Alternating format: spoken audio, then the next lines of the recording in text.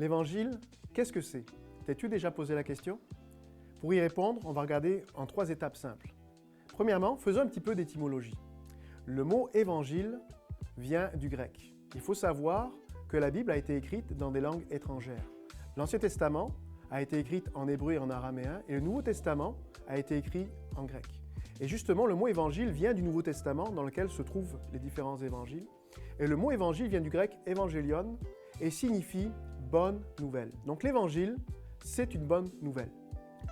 Deuxièmement, lorsque l'on regarde à la Bible, on découvre qu'il y a 4 évangiles, 4 auteurs différents qui parlent de l'évangile. L'évangile selon Matthieu, l'évangile selon Marc, l'évangile selon Luc et l'évangile selon Jean. J'attire ton attention sur le fait qu'il y a marqué évangile selon et non pas évangile de. Parce qu'en réalité, il n'y a qu'un seul évangile, mais 4 auteurs différents pour nous en parler. Un peu lorsque nous vivons un accident sur le bord de la route et que les policiers vont recueillir les témoignages, souvent ce qui arrive, c'est la même chose en réalité. C'est qu'il y a un même événement, une même situation, mais chacun des protagonistes qui va être présent sur la scène de l'incident aura une perspective, un point de vue, une expérience, un ressenti, une émotion qui va être très différente, selon leur point de vue. Donc lorsque l'on regarde aux évangiles, on découvre qu'il y a 4 perspectives différentes pour désigner une même histoire, celle de la venue de Jésus. Et cela m'amène à mon 3e point. L'évangile, c'est la bonne nouvelle de la venue de Jésus. Jésus est venu sur terre et à travers les 4 évangiles, on découvre cette perspective commune de la venue de Jésus. Matthieu nous parle de Jésus en tant que roi, Marc en tant que serviteur souffrant, Luc en tant que fils de l'homme et Jean en tant que fils de Dieu. Donc ils se complètent dans leur lecture de la réalité de la venue de Jésus. Et donc cette bonne nouvelle de la venue de Jésus, c'est cette bonne nouvelle que Jésus, par sa naissance miraculeuse, par son message qui est encore d'actualité aujourd'hui, qui est une source d'inspiration même pour les philosophes, les anthropologues, les sociologues, même les penseurs de ce siècle peuvent puiser dans les paraboles, dans les enseignements de Jésus, des richesses qui encore aujourd'hui, même si ces gens-là ne sont pas toujours croyants, ils reconnaissent qu'il y a une valeur intellectuelle à ce que Jésus a pu apporter comme enseignement. Donc son enseignement. Il y a également ses miracles. Jésus a guéri, que ce soit le lépreux, que ce soit le muet, le sourd, le boiteux, l'aveugle. Tous ceux qui ont été touchés par des infirmités quelconques ont pu approcher Jésus et expérimenter la guérison. Et même Jésus a ressuscité des personnes qui étaient mortes. Donc tout ça, ça a été un élément important que l'on trouve dans les évangiles, ces miracles. Et il y a également, bien sûr, sa mort sur la croix. Sa mort qui a été vécue comme une erreur judiciaire pour des raisons politico-religieuses, où le clergé de l'époque, qui était sous l'envahisseur romain, le clergé des religieux juifs, qui était sous l'envahisseur romain à ce moment-là, ont, pour toutes sortes de raisons, préféré sacrifier Jésus plutôt que d'avoir à reconnaître qu'il était le Messie que les prophètes avaient annoncé d'avance.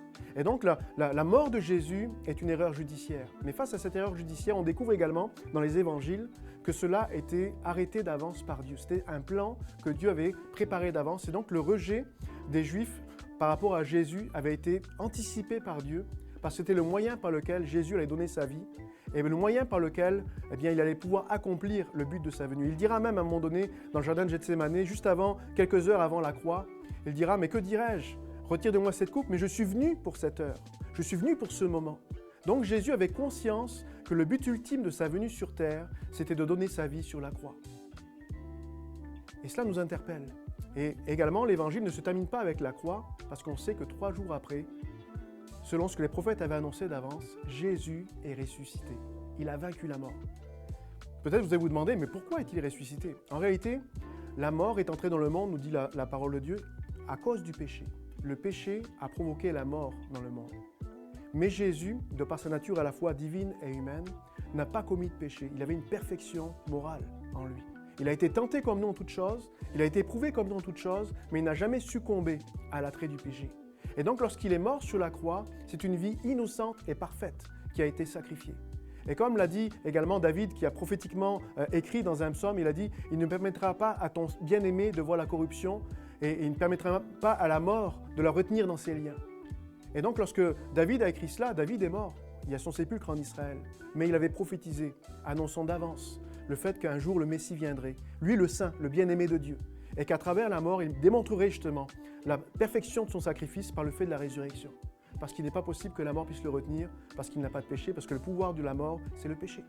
Et donc, à travers la résurrection que l'on découvre dans les évangiles, on découvre cette promesse également pour chacun d'entre nous, qu'il est celui qui a ouvert pour nous une route nouvelle dans le ciel. C'est pour ça qu'il a dit également « Je suis le chemin, la vérité et la vie. Nul ne vient au Père que par moi. » Il est le chemin ultime par lequel nous pouvons accéder au ciel. Et donc, à travers l'Évangile, on découvre toute cette réalité de Jésus qui est venu donner sa vie pour nous, afin de nous ouvrir une route dans le ciel, afin de pouvoir être réunis avec lui dans l'éternité. Donc l'Évangile, c'est une bonne nouvelle pour toi et pour moi. D'ailleurs, en ce qui me concerne, moi j'ai été amené à croire en Dieu et à faire une expérience avec Dieu en lisant les Évangiles, à l'âge de 9 ans. Je n'avais que 9 ans lorsque cela s'est produit, et c'était pour lire l'Évangile pour ma grand-mère qui était âgée, qui avait perdu l'usage de ses yeux. Et donc la première fois que je l'ai rencontré, j'avais que 9 ans, on avait un arrière-plan familial qui était un petit peu particulier, qui explique pourquoi je n'avais pas fait sa connaissance avant. Mais ce jour-là, c'était durant l'été, les vacances scolaires. Ma grand-mère, je fais sa rencontre pour la première fois et elle me dit « Est-ce que tu sais lire ?» Parce que dans notre communauté, il faut savoir que j'appartiens à la communauté des gens du voyage, les Tziganes en France. Beaucoup dans notre communauté n'ont pas l'opportunité de vivre une scolarité normale et donc rentrent dans l'âge adulte sans savoir lire et écrire. Moi, ce n'était pas mon cas. Je savais très bien lire et écrire. Et donc, lorsque je dis « Oui, je sais lire », elle m'a tendu un évangile selon Jean. Elle m'a dit « Tiens, lis ça » et sans le savoir, je venais de me piéger pour les 2 prochains mois à lire l'évangile tous les jours pour ma grand-mère. Et c'est comme ça qu'au fur et à mesure, en lisant avec elle les évangiles, j'ai découvert ce Jésus qui est né d'une manière miraculeuse, ce Jésus qui a accompli des miracles, ce Jésus qui a donné sa vie également pour moi. Tout cela a changé ma vie. Et moi, à 9 ans, alors que j'ai découvert ce récit, alors que j'ai découvert les évangiles, ça a transformé ma vie.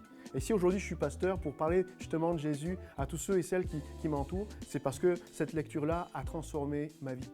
Si un enfant de 9 ans a pu être touché en lisant les évangiles, c'est parce que la Bible, même dans son ensemble, s'adresse aussi bien à l'érudit qu'aux gens les plus simples. La Bible est accessible en réalité. Beaucoup de gens ont cet a priori, ce préjugé erroné de croire qu'il faut avoir une licence en théologie pour commencer à comprendre la Bible. Mais en réalité, la Bible, c'est très simple, c'est très facile d'accès, parce que justement, l'évangile, c'est quelque chose de simple. Et donc, si tu n'en as pas eu l'opportunité, je t'invite vraiment, toi aussi, à découvrir ce Jésus. Ne pas te contenter d'en entendre parler derrière ton écran aujourd'hui à travers cette vidéo, mais de prendre toi aussi l'occasion d'ouvrir la Bible, de regarder dans les évangiles et de découvrir ce Jésus qui est mort aussi pour toi.